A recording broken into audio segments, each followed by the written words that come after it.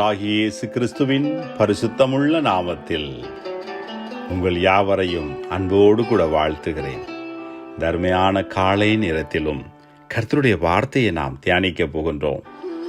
இந்த நாளிலும் வேத தியானத்திற்கு ஆதாரமாக சங்கீதம் 56:10 உங்கள் முன்பாக நான் வைக்க விரும்புகின்றேன். அந்த வசனம் இப்படியாய் சொல்கின்றது: தேவனை முன்னிட்டு அவருடைய வார்த்தையை புகழுவேன். கர்த்தரை முன்னிட்டு அவருடைய வார்த்தையை புகழுவேன் என்று அங்கே எழுதியிருக்கிறதை நீங்கள் பார்க்கலாம். அருமையான தேவனுடைய பிள்ளைகளே, தேவனுடைய வார்த்தையை நான் புகழுவேன் என்று அங்கே சங்கீதக்காரன் சொல்லுகிறதை நீங்கள் பாருங்கள். தேவனை முன்னிட்டு அவருடைய வார்த்தையை புகழுவேன். ஏன் அவர் அப்படி சொல்கின்றார் என்றால், நம்முடைய நம்பிக்கை கர்த்தருடைய வார்த்தையின் மேலேதான் இருக்கின்றது.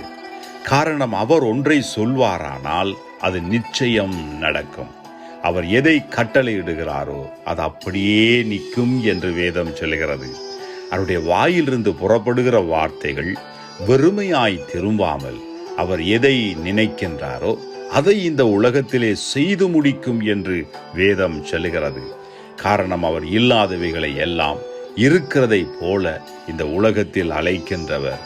அவருக்கு என்ன தேவையோ அதை அவர் சொல்கின்றார், அது அப்படியே நடக்கின்றது. காரணம், அவருடைய வார்த்தையில் அவ்வளவு வல்லமை உண்டு.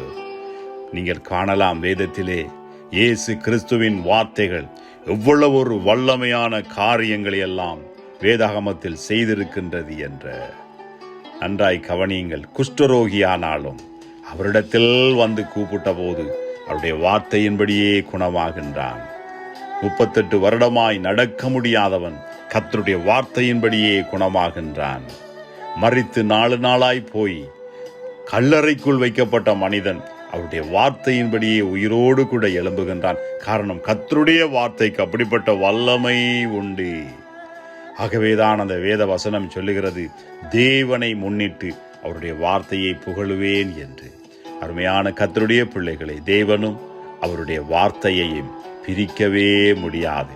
இரண்டும் வேறு வேறல்ல, வார்த்தையே தேவனாய் இருக்கின்றார்.